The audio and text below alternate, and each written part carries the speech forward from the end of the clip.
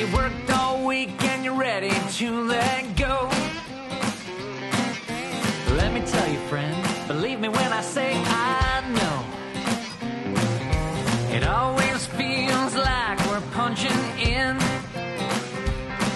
Well, I'm glad you stopped by. The fun is about to begin. You paid good money at the door and get ready for a real good show. If you want to have a real good time with me tonight, you gotta move like crazy, dancing in the pale moonlight. We can all get down, spin inside out, I'm telling you. If you really want to groove, you gotta make a move.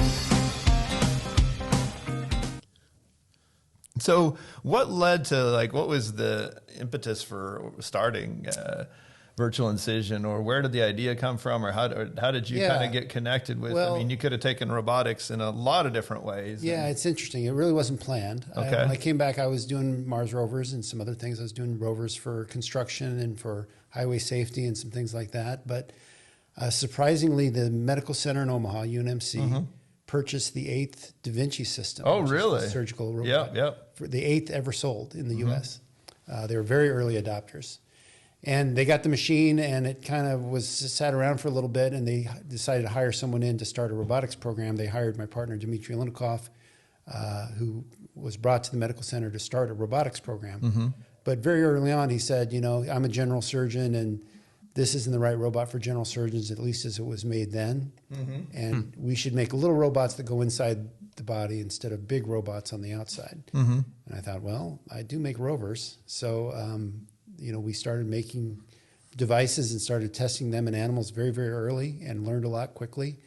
And we've made a lot of robots over the years. Again, going back to that Ravenna, Nebraska ethic of we build a lot of things and try them out, and when they break, then we try something else and iterate and iterate over and over, and it's led to where we are now.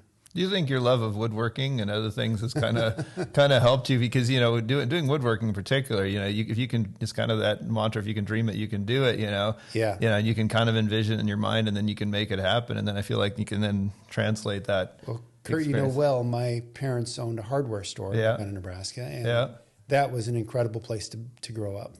We tinkered and played around in the back of that hardware store all the time, and you always had interesting people coming in with different other problems.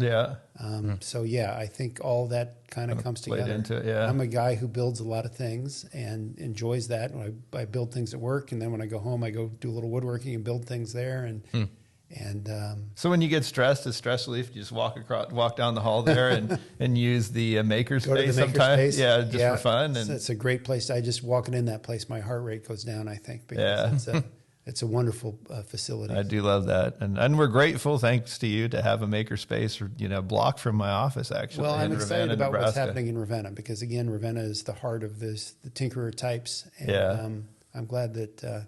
There's good folks getting that going there, I'm grateful for it, too, because I've had a couple machines break down with my company, vinyl cutters and stuff, and I'm like, library. Thank God there's library. I mean, what 1,300 population town can walk into a facility that's got vinyl cutter, heat press, laser, engraver. I mean. Well, that's thanks to this guy. I know, right there. Yeah. So we're grateful for that. Riley and actually, we do take advantage of it. Yes. We built the prototypes actually for this company here that your guys has helped with. Some of your students helped us build the first working prototype of this device, but the really crude ones and the holders we laser cut them right there. And Riley helped with some of the earliest designs as we were trying to figure out what materials to use and all that.